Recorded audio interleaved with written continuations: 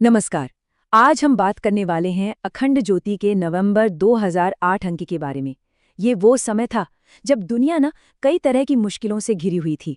तो चलिए आज हम मिलकर ये समझते हैं कि इस पत्रिका ने उन चुनौतियों को किस नज़र से देखा और हाँ, सबसे ज़रूरी, उनसे बाहर निकलने का क्या रास्ता सुझाया। और देखिए, पत्रिका की शुरुआत ही एक ऐसे वाक्य से होती है जो मानो उस पूरे दौर की सच्चाई बयां कर देता है। ये कोई एक दो छोटी मोटी परेशानियां नहीं थीं, नहीं, बल्कि ये तो समस्याओं का एक पूरा का पूरा पहाड़ था, जिसका वजन, जिसका बोझ पूरी दुनिया अपने कंधों पर महसूस कर रही थी। तो सबसे पहले आइए उन संकटों पर एक नज़र डालते हैं जिन्होंने उस वक्त पूरी इंसानियत को जैसे जकड़ रखा था। और एक बात समझने वाली है, ये संकट सिर्फ बाहरी नहीं थे, नहीं, ये तो समाज को अंदर से भी खोखला कर रहे थे। उस दौर में एक तरफ तो कुदरत का कहर था। सोचिए, बिहार में कोसी नदी की बाढ़ ने कैसी तबाही मचाई होगी, उधर चीन भूकंप से दहल गया था, और दूसरी तरफ इंसान खुद ही इंसानियत का दुश्मन बना बैठा था। अपने ही देश में, भारत में, आतंकवाद का जो साया था वो लगातार गहराता जा रहा था। एक ऐसा डर था जो लोगों के दिलों में घर कर गया था। और सच कहूं तो इन बाहरी खतरों से भी ज्यादा खतरनाक वो समस्याएं थीं जो हमारे समाज को, आप जानते हैं, दीमक की तरह अंदर ही अंदर चाट रही थीं। जाति और धर्म के नाम पर लोग बंट रहे थे, राजनीति से भरोसा उठता जा रहा था, महंगाई ने तो सबकी कमर तोड़ रखी थी, और सबसे ज्यादा चिंता की बात, हमारी युवा पीढ़ी, जिसके सामने कोई लक्ष्य नहीं था, कोई दिशा नहीं थी। मतलब ये एक चौतरफा संकट था।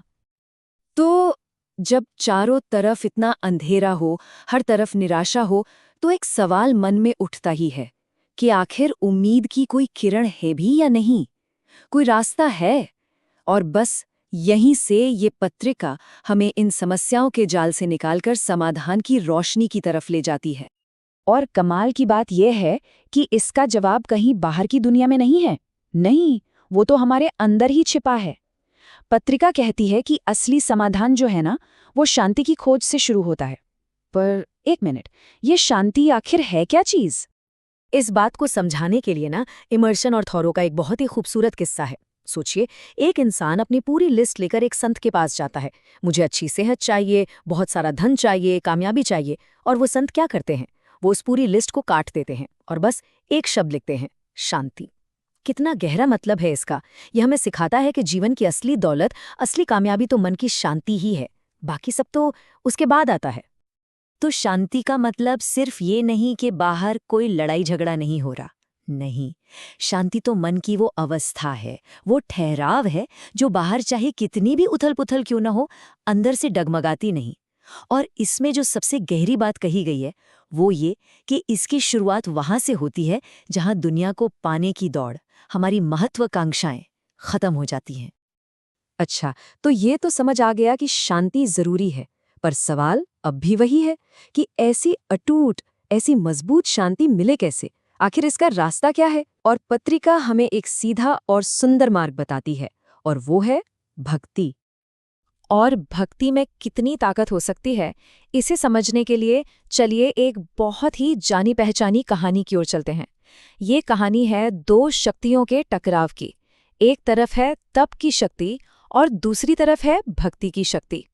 और ये हमें दिखाती है कि जब ये दोनों आमने सामने आती हैं तो आखिर जीत किसकी होती है। तो देखिए, इस कहानी में दो मुख्य किरदार हैं। एक तरफ हैं ऋषि दुर्वासा। इनके पास सालों की कठोर तपस्या की शक्ति है, जबरदस्त शक्ति, लेकिन मन में अहंकार और क्रोध भी उतना ही है। और दूसरी तरफ है राजा अम्बरीश। उनके पास क्या है? उनके पास है सिर्फ और सिर्फ शुद्ध निस्वार्थ भक्ति।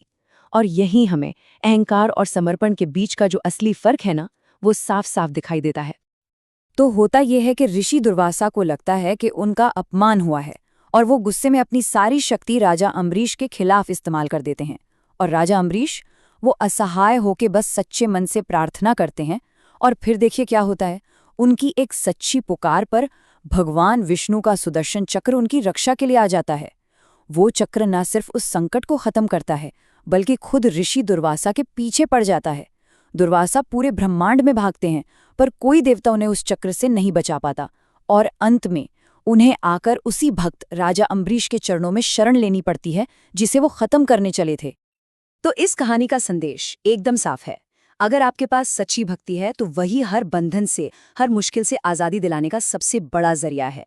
ये एक ऐसा मजबूत कवच है जिसे दुनिया की कोई भी ताकत, कोई भी शक्ति भेद नहीं सकती। ठीक है, ये तो हुई एक व्यक्ति की बात। भक्ति एक इंसान को तो बचा सकती है, उसे शांति दे सकती है, लेकिन उस पूरी दुनिया का क्या होगा जो समस्याओं के जाल में फंसी हुई है? क्या कोई ऐसा रास्ता भी है जिससे हम सब मिलकर एक साथ इस दुनिया को बेहतर बनाने के लिए कुछ कर सकें? और हाँ, पत्रिका इसका भी जवाब देती है। और जवाब है एक सामूहिक साधना, एक ऐसा तरीका जो सिर्फ आध्यात्मिक ही नहीं बल्कि वैज्ञानिक भी है। एक ऐसा तरीका जो सिर्फ एक इंसान के लिए नहीं बल्कि पूरे के पूरे माहौल की, पूरे वातावरण की ऊर्जा को शुद्ध करने के लिए बनाया गया है। इस साधना को एक नाम दिया गया है, प्रज्ञा पुरस्चरण। इसका सीधा सा मतलब है मिलकर एक साथ साधना करना, और इसका लक्ष्य खुद के भले से कहीं ज्यादा बड़ा है। इसका मकसद है कि हम सब मिलकर अपने अच्छे विचारों से, अपनी प्रार्थना और मंत्रों की शक्ति से इस दुनिया के, इस माहौल के सूक्ष्म वातावरण को, उसकी सारी नेगेटिविटी को साफ कर दें। और जानते हैं सबसे अच्छी बात क्या है? ये अभ्यास इतना सरल है, इतना आसान है कि कोई भी इसे कर सकता है। बस 2 छोटी-छोटी चीजें करनी हैं। पहला, रोज सुबह सूर्योदय के समय बस 5 मिनट के लिए सब काम छोड़कर मन ही मन गायत्री मंत्र का जाप करना है। और दूसरा, महीने में एक बार कुछ लोग मिलकर एक छोटी सी प्रार्थना सभा, एक प्रज्ञा यज्ञ करें। बस इतना आसान है इसे अपनी जिंदगी में शामिल करना। सोचिए, इस छोटे से सामूहिक प्रयास का लक्ष्य कितना बड़ा है। इसका लक्ष्य है एक नए युग का निर्माण करना, एक प्रज्ञा युग, यानी एक ऐसा दौर, एक ऐसा भविष्य जो नफरत और डर पर नहीं बल्कि ज्ञान, समझ और एक जागी हुई चेतना पर आधारित हो। ये एक बहुत बड़ा सपना है, लेकिन एक ऐसा सपना है जिसे हम सब मिलके सच कर सकते हैं। और आखिर में पत्रिका के संस्थापक पंडित श्रीराम शर्मा आचार्य का ये शक्तिशाली संदेश, जो हमें याद दिलाता है कि सिर्फ सोचने से, सिर्फ बातें करने से कुछ नहीं होगा। असली बदलाव तो तब आता है जब हम अपने चिंतन को, अपनी सूझबूझ को हिम्मत के साथ अपने कर्मों में उतारते हैं। तो ये एक पुकार है, सिर्फ जानने के लिए नहीं बल्कि उस ज्ञान को जीने के लिए, क्योंकि एक बेहतर दुनिया हमारे अच्छे कर्मों से ही बनेगी।